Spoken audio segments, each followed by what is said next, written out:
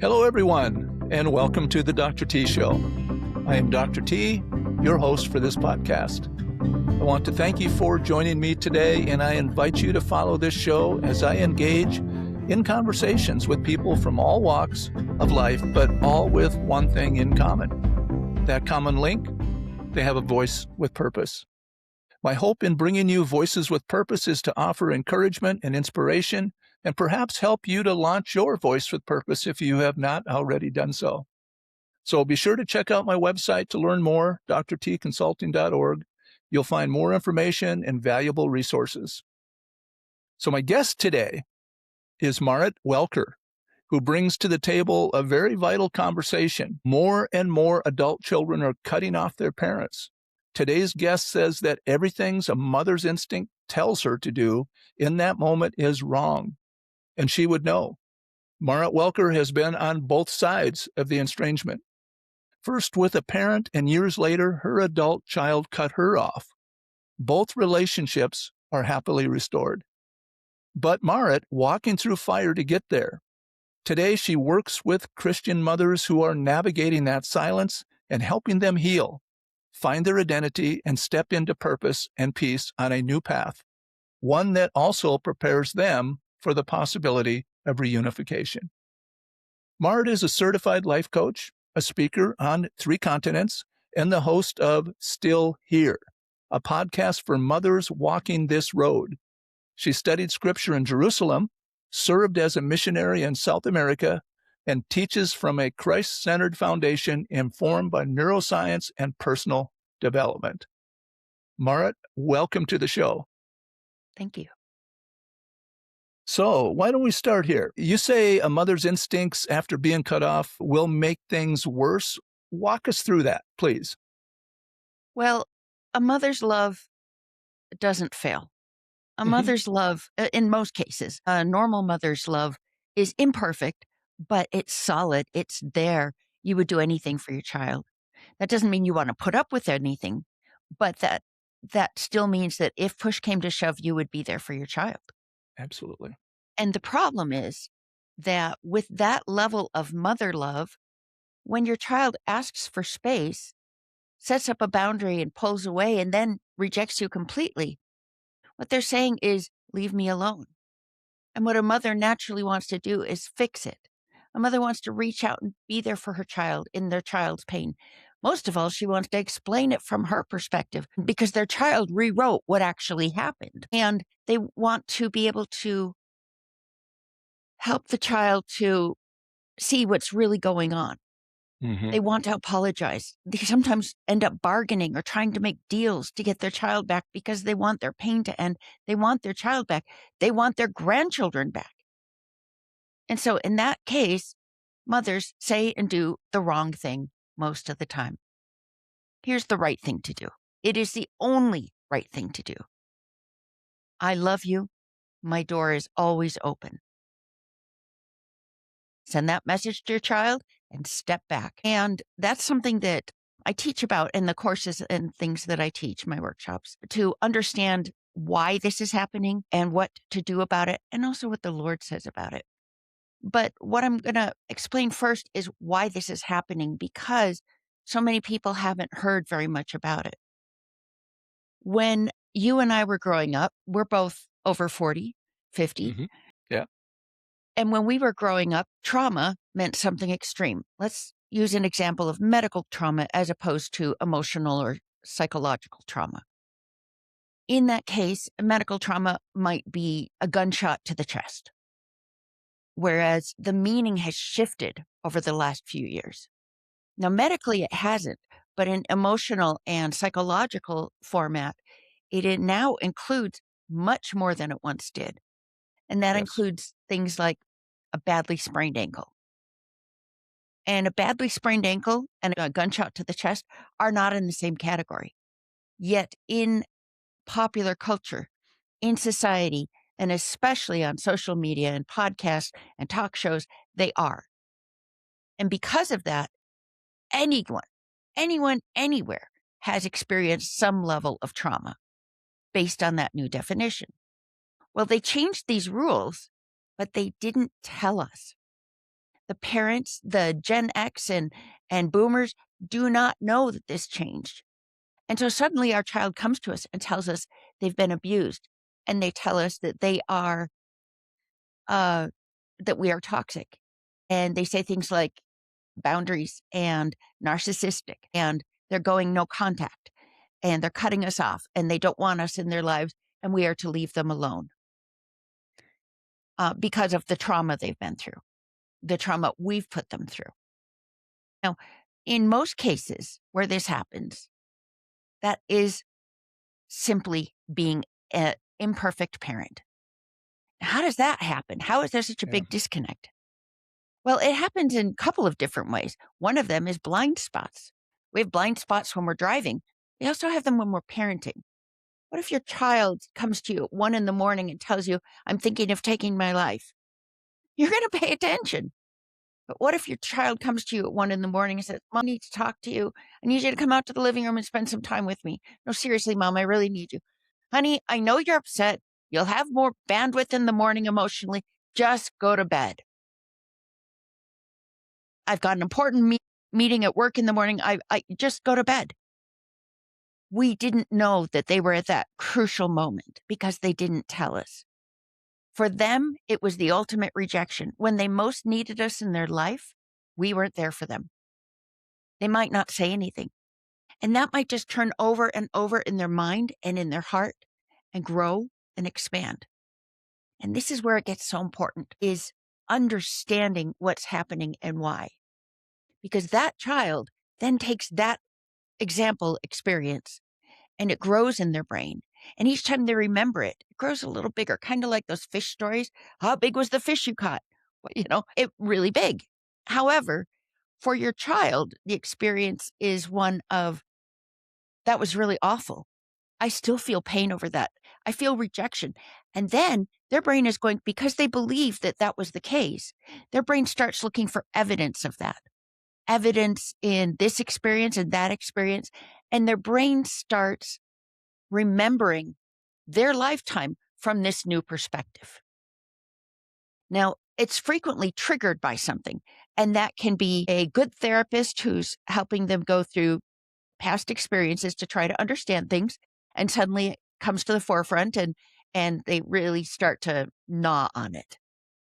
It can be a bad therapist who hears about it and frequently, up to 40% of the time, well, 39% of the time, according to a study, therapists, especially the younger ones, listen to what the person is saying and take those words to heart as they are, hook, line, and sinker, and diagnoses the other person involved without ever meeting them.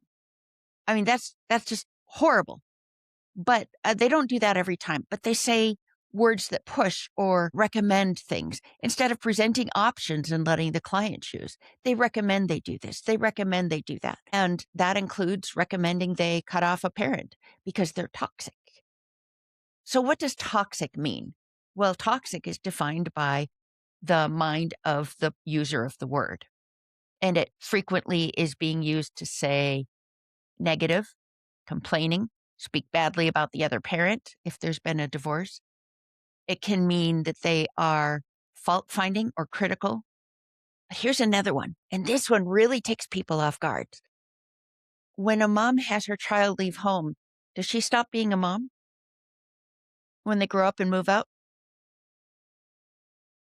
But she is no longer a mom to a child, not even a mom to a teen necessarily. She is a mom to an adult, an emerging adult perhaps, but to an adult. And if she doesn't learn to make that transition, then she risks damaging that relationship. An adult child who is treated the way a mother treated her teen and her children will feel smothered, will feel controlled and manipulated, and will feel a need for air and space and say, leave me alone. So sometimes this intuition of mothers to love, to protect, to reach out, to nurture, if anything's wrong, let me fix it. That is what makes things worse in a relationship. Another reason that moms are being rejected, not just because the child says they're toxic, because the mother is over controlling or manipulative or just too involved in their child's life and not letting them live their own life, is when a mother is being a great mother, but the child hears words that other people have said. Just that one instance, one experience. And then they say, well, that's not exactly what I would have thought, but you know, you're right. And that can come from the other parent if there's been a divorce. That's a big cause of them. It can come from a new boyfriend or spouse saying, it's me or them. Now, your child is in the leave and cleave stage. They're supposed to be getting out on their own lives and finding their new person and cleave to that person. Now, if they do that and they love that person with all their heart, if that person comes from a bad background, how are they going to look at a situation? They're going to have a very biased perspective. And that biased perspective can bleed into the relationship with your child. And they can say, oh, well, when we went there, this happened and this happened and this happened. And your child will be like, huh? And pretty soon, as they start telling it, someone that they love and trust tells them this, then they are pulled in that direction. And they sometimes are put on the spot. In the very best of relationships, they are told it's me or them. And what does God command us? To cleave to our spouse. And so we go with our new spouse. Now, in my mind, it makes sense that if that new spouse is making a claim like that, then they're the one that's messed up. But if you've made that decision and committed to them, what do you do? So many children are leaving because of the words of a loved one, a new person in their life, a new community, even. And there are many who refer to this as self care, where they call cutting off your parents as self care and finding your way because they say, lose your parents, find your life. How sad is that? They don't want the voice in their head that tells them what to do right from wrong. They want to move forward and do their own life. And if they don't like what you said, then they're pulling away and calling foul. Unfortunately, a lot of that comes from not wanting to face responsibility or do the hard thing or work through things. It comes from wanting to blame someone else for the pain they're experiencing. Yeah, that's certainly, Mart, a lot to consider, a lot to think about. And several things stood out, I think, while you were talking. And I would agree with you on what you shared. I think one of the things that we see is a nature of humans, unfortunately, is rebellion. And the word addresses this, the Bible addresses this quite a bit about rebellious people. And it's kind of why people want to disown or discredit the Bible or reword it or reshape it because they don't like what it shares with them in regards to their lifestyle or behavior or choices. That's what young adults or teenagers are being encouraged to do by this radical voice or this secular voice. If you don't like what you hear, then disown, claim freedom.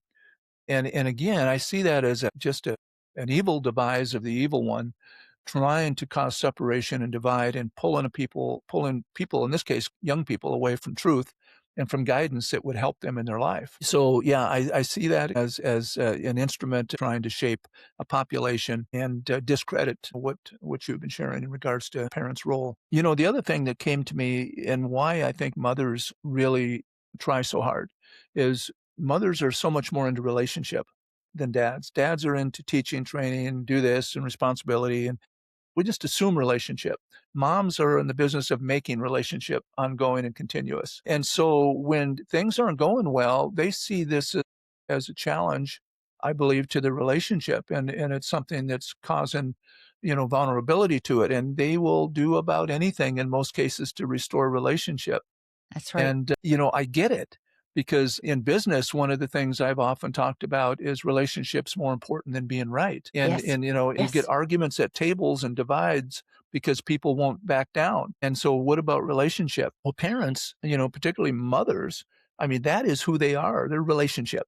And they're the glue that holds it all together. And so they get pulled into that, not realizing that they're weighing the role that they're to play or the effort they're supposed to give incorrectly. And Right. like you said, I love you and leave it and not do it for them. I've done a lot of parent education in my career as a psychologist.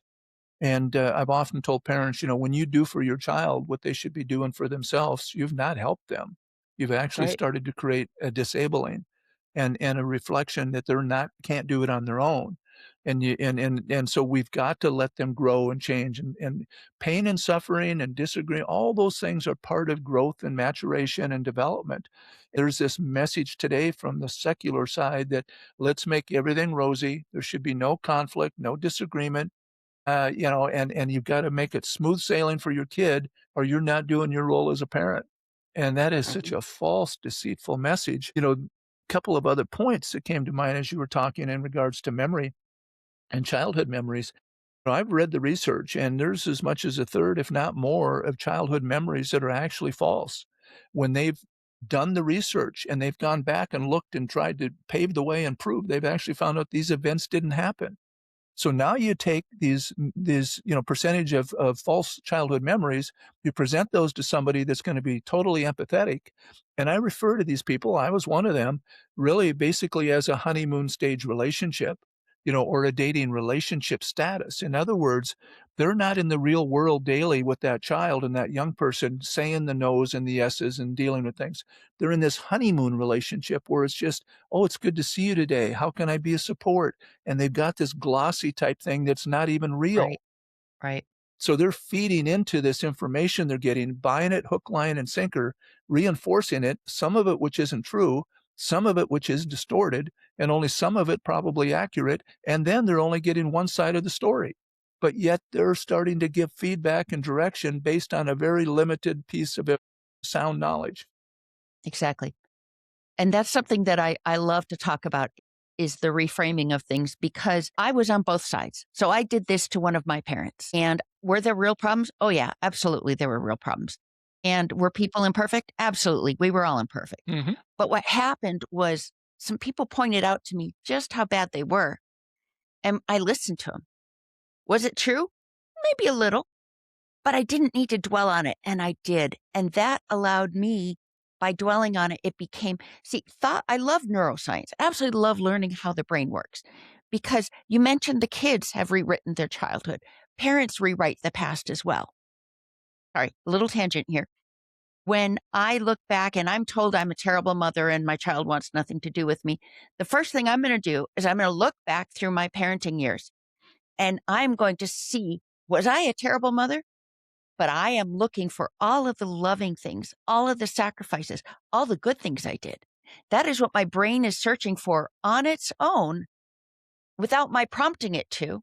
And I am defending myself. And suddenly I've lived this glorious life and I was a phenomenal parent. That doesn't mean mistakes weren't made, but I'm not seeing them and I'm magnifying the good while they're magnifying the bad. So pretty soon, each time you go through these memories, you rewrite them based on the bias you are in at the moment. And pretty soon, our memories don't match at all. And that's not something that's the fault of the child, nor is it the fault of the mother. But the mother is the adult in the situation. And the mother is the one who needs to stand up and do what's right. Now, 1 in 4 men are separated from a child. There's 68 million Americans estimated estranged from a family member. And they say 1 in 4 fathers is estranged from a child. It's a much lower amount of women, but the women take it harder. I found that as I looked at my past, I saw the problems. And the more I looked, the more I found. And then I looked for that going forward. And so any interactions that we had, I looked for that in that parent. And I found it. I found it every time. And was it really there? Maybe a little. But I was magnifying it because that was my goal, was to find that. Not because it was happening, but because I wanted to vindicate myself and say, look, I was abused. This was a terrible situation. I was neglected. Here's the problem with that. My mother was as good a mother as you could have. My father was as good a father as you could have, according to the best of their abilities. But I chose one of those parents and I pulled away. And I didn't close the door and cut them out forever. I moved away. I lived far away. I was cold to them and resentful, and I looked for their faults. And I know that they probably felt it a lot, but they handled it so gracefully. And eventually I came to myself, like the prodigal son. I came to myself and I came back. And my child did the same. Fortunately, God took care of them. But here's my miracle I want to share with you. I had been through difficult times in the past. It's kind of convoluted, so here we go. I had spent 18 months in bed, bedridden, broke, watching my new business go down the drain. And during that time, I could have given up. I could not care for myself. I couldn't care for my children. I couldn't even listen to them. But God was with me and He supported me. And about 2 months in, I realized, man, this isn't going away anytime soon. And I had vowed in the past, I'd been through tough experiences in the past where I didn't turn to God and I refused to. And oh my goodness, at the end of that long, really excruciating trial, do you know what I got out of it? Nothing. No growth, no understanding, nothing. So the next time I went through a really big trial, I turned to God and I said, I'm going to be patient and I'm going to wait on your timing, because faith isn't just faith in God, it's also faith in His timing. And so I waited in His timing, and it took a long time, but it was worth the wait. And it was a struggle that really strengthened our family and our marriage. And as painful as it was, there were so many wonderful lessons learned. I learned to focus on the positive and find the good in everything. And when you're laying in bed and you don't know what you have for 18 months because they haven't discovered it yet, and you don't know if you're going to live or if you're going to get better, looking back was my option. And man, have I lived an incredible life. But until I stacked all the good things on top of each other, I hadn't noticed. Well, that's what happens when we are taking our train of thoughts, and that string of thoughts is stuck on a wheel, getting wrapped around the axle over and over, because our train of thoughts is not on positive, but is on negative, and it just stays there. And that is what the enemy tries to do to us and to our children. Yeah. So what happened for me was the children have to come to themselves. And when they do, then things can open up. But the mother has to be responsible for her own thoughts, her own healing, her own growth, and be prepared so that when the child returns, it doesn't become another brawl. It doesn't become another argument, because nobody wins an argument. But they are ready to receive that child, listen to that child's outburst of anger and frustration, and let it slide. Right. And once that child feels safe, that healing begins. And that parent can do that because they are strong on the inside and they are ready. And that's part of what I teach. But also, I teach the mothers how to process the experience and find their footing. Because there are some where the child never comes back. And if that's the case, you are going to understand through time that your worth was great before you had children. And your identity might be mother in your mind. You know, if you ask a man what he does, well, his identity is his career. Ask a mom what she does. It doesn't matter what her career is. Her identity inside in her heart is a mother. And we have to pull that aside because we are more than that. Mm-hmm. And this is not the season for that. Mm-hmm. This may be a season of weeping. This may be a season of joy. And to some degree, that's our choice. But we are daughters of God, regardless of children. We are daughters of God. So helping mothers find that footing and learn to develop a deeper walk with Christ is remarkable. It's a wonderful opportunity that I get to work on. And my healing came this way. When my child walked out on me and cut me off, as well as their spouse and their children, all of my grandchildren. It was excruciating. One of them was born while we were estranged, right after they left, and I wasn't allowed to see photos, and I was angry at first because I knew I was right, and to some degree I was, mostly. But then what happened was, a couple of days in, I went up to the guest room, and they had lived with us for a while, and I found a little Hot Wheels toy that had been left behind. And I could so clearly picture playing with one particular grandchild who was smitten with that toy. And I just collapsed on the floor. I was weeping uncontrollably in a way I never have in my life. I'm not a crier. And I lost it that day. And my pain was unbearable. But I prayed and I fasted. And a few days later, I finally prayed the words and I said, I don't know if I can handle this. God, will you carry this pain for me? And he did. From that point forward, it was a fact as much as we're having meatloaf for dinner or Tuesday night we have an appointment. It just was a thing. I didn't dwell on it. I wasn't going to push that. But the pain was gone. It was just a fact. I will see my grandchildren when they are adults or in the next life. But it's not mine now, and I'm going to move forward. And I found new purposes and I found God given direction and meaning. And it was an excruciating experience. But it wasn't until that pain lifted that I started looking inward and seeing all the faults I did have in my relationship with my child and making those changes. And that's when I was in a position where we could reunite, where it could heal. And when it was the right time, God brought it about. God was with my child the whole time, and he is with your child. That's a vulnerable position you put yourself in as you share, and I appreciate that and respect that. And it's not easy. The dynamics are complex in relationships, and when things go awry, they become more complex, and then people get involved. It adds another layer of complexity, and then you add sometimes a level of inaccuracy and distortion and emotional response and all these kinds of things, and it continues to create more levels of difficulty and complexity. So it's not easy, but I would really encourage everyone out there to be thinking about it. The ultimate is relationships are the most important.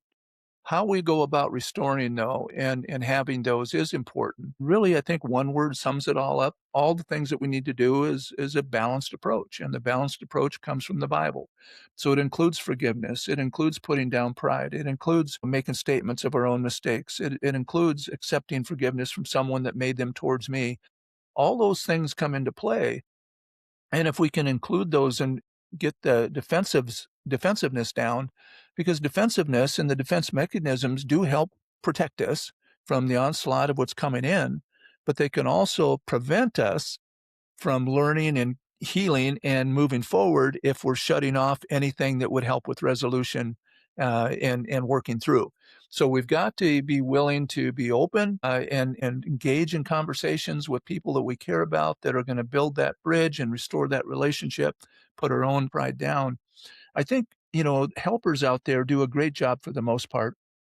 I was one Agreed. for many, many, Absolutely. many, many years, but I really did work hard too at keeping things in perspective. And I remembered one thing always, and it's a kind of a postulate that I've always operated under, and that is for everything, it could be something else. And so what that caused me to do is be slow in formulating conclusion and always readily formulating hypotheses. So as I would listen, in other words, I wouldn't take what you shared as fact on scene, and just put it in cement. I would take it as your perception, your perspective, and as probably highly reliable, probably hypothetically. But it didn't cause me to formulate then this concrete decision or conclusion about someone else until I had more information.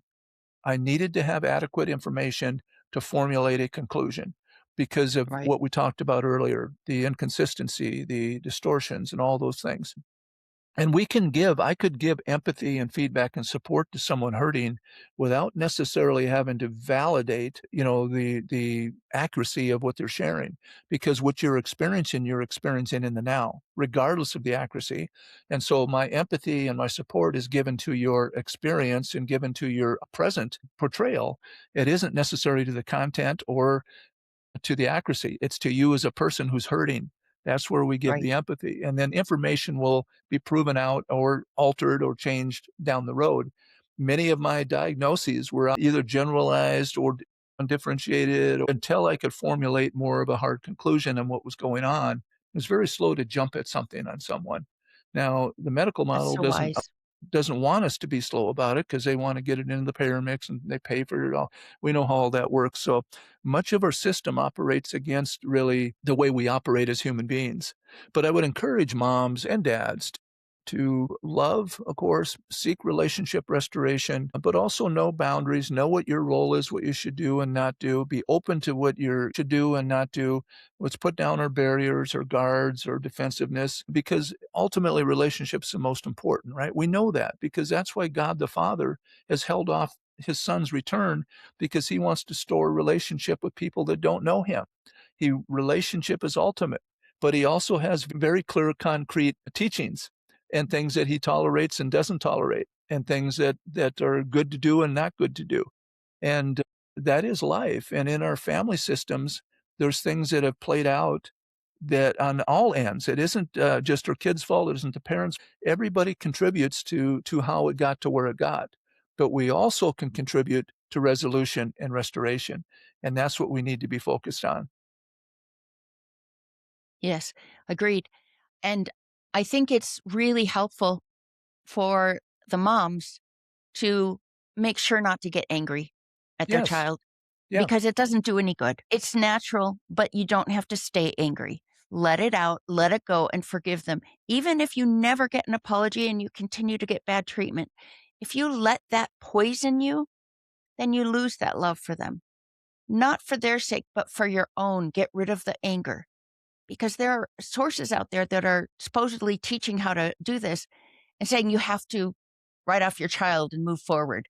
Well, that's not true. You don't write off your child. You move this relationship to the back burner. It's always there and it's always a part of you, and you just move forward. God will handle that, and God will handle your pain. And I think it's important to recognize, the Lord talks about "If thine eye offend thee, pluck it out." And he's talking about relationships. But what he's referring to there is if someone is keeping you from following the faith, that's when you pluck them out. If they are preventing you from following him and being a part of him, that's when you pluck it out. But when he talked about estrangement, it was to the prodigal son's father. The prodigal son's father did it right. His son wanted all of the money and he wanted it now. He probably didn't have a fully developed prefrontal cortex, but he wanted his money and he wanted to get out. What did the father do? He let him go. He knew it wasn't going to work out well because his son was young and too ambitious, and he let him go. And this is a story told by Jesus Christ himself. So we know that this is how to handle this type of estrangement. Let him go. He didn't send his servants after him to watch him. He didn't send his servants to bring him back. He didn't write lots of letters. He let him go to a far land. Yeah. And then when Often, everything was gone there, while he was gone, what did the prodigal son's father do? He took the time to prepare. What he did was he waited and he watched. And he waited and he watched. Do you think he wasn't running his properties while he was waiting? No, he moved forward with his life. But he was watching and waiting while he was moving forward, keeping an eye to, an ear to the ground, as if you will, and keeping his eyes open, but moving forward on his life, enjoying his other son until his son came to himself. And when his son came back, he was ready to not ask for an apology or demand one because his son was in the wrong. He'd been badly used. He didn't show anger. He came rejoicing because he had prepared his heart. He had kept the anger out of his heart. And what he did was he wrapped him in a robe and gave him a ring and threw a feast with the fatted calf. But Right. here's the thing to remember is that he was able to do that because he had prepared his heart. He was able to because he loved his son and was ready to let him choose his own way. And I think that's what Jesus wants us to do in our lives with our children is to wait and loving just let them know the door is open. If there's a way to reach out, let them know the door is open. It will always be open and I love you. The end. Nothing more. And if you do that, they have nothing they can interpret as evidence against you. Apologies become, see, she's admitting it. Even if you're apologizing for something you didn't do, it's used as evidence against you. Almost anything you say will be used against you in their mind because their mind is in kind of a crisis mode. You don't have a chance to explain it from your perspective. It's not going to happen. So let them go, be quiet, and don't stop loving them. And when they come to themselves, then you can get your child back. Yeah, I think those are excellent points. You're right. We know it from a psychological standpoint too, that the more we push, the more resistance you get. And so it doesn't serve to lessen the gap. It actually increases the gap. And so you have to back off. It's those emotional kinds of things that we need to be able to own in ourselves so that because of our own pain as adults, don't try to restore something that only is going to serve to worsen it. I think too, when you talk the story of the prodigal son, what happens when someone is restored and someone does come back and there is that restoration, those emotional elements have been put down. Okay. So pride is not a part of that. Openness is part of that. And a That's right. person is no longer trying to say, I'm right or you're right. They're just wanting to restore. And so we've got to put that down. And that's where I talk about relationships more important than being right. If a person has to hold on to that just to prove their point, then that becomes more important than the relationship. Then that relationship isn't going to face restoration. I've made a statement in the past that we know that love covers a multitude of sins, as demonstrated by Jesus. And I've always said in parenting that relationship covers a multitude of mistakes. And we all make them as parents and child, as teacher and learner. And children make mistakes, teens make mistakes, and parents make mistakes. And so, what I would say to that out there for listeners is that's okay. We are flawed Mhm. creatures. Don't have our act all together. We're still a person in progress. We're in the learning curve. We're still trying to learn and apply and become more like Christ and grow and develop in his wisdom and knowledge. And we've made mistakes and we'll continue to make them. But our Savior is here not just for the ones that we've made, but the ones that we will make. But we've got to put down our own blockages of emotional state in order to openly, with open arms, like the Father did, welcome home the prodigal. And if That's it's a right. child welcoming home the prodigal parent, the same thing. We've got to put that down. We can't let that be that barrier that will not allow us to bridge a relationship. I love hearing this because all of this is in my course. It's so true. Yeah. Yeah. Well, I tell you what, I think we've been going almost an hour and we're going to kind of wrap this up. But I love what you've had to share. And so what I really need you to do now for our listeners is let them know how they can follow you, track you, what resources you have, because I have no doubt there's many out there that want to know more. Well, I hope so because it's an important topic, not just for the ones who are experiencing it, but frankly for everyone, because the ones Yeah. that are experiencing it, they're hiding it. And one out of 15 or 20 women is going through this. You are not alone. People don't talk about it because they're ashamed. People don't talk about it because they're just not proud of it. But don't go through this alone. You don't have to. It's something that having that sense of community there will really help you get through it if it's the right community, an uplifting one, not an angry one, and not one that's blaming, but one that will help you grow. And you can find that through my website at maratwelker.com. I have a workshop, I have downloads, I have a course. Then you can also find me on my podcast, which is still here, Strange Christian Mothers for Strange Christian Mothers. I'm also on social media as Marat Welker or Marat Welker Speaker and Coach. So look me up. I'm here. I'm still here.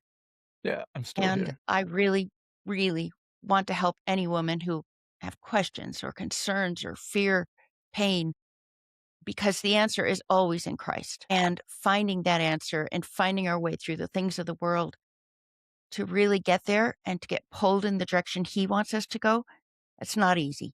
You don't have to do it alone. Thank you. Yeah, that's really good. I certainly encourage our listeners to follow up, and you're right. This is not an uncommon issue or concern, and many are in the midst of these divides that really would benefit from what you have to offer. So I would encourage that follow up. Thank you. Marat, I really appreciate you being here today, and I appreciate your authenticity, your It was my pleasure. vulnerability, and certainly the words of wisdom that you've shared.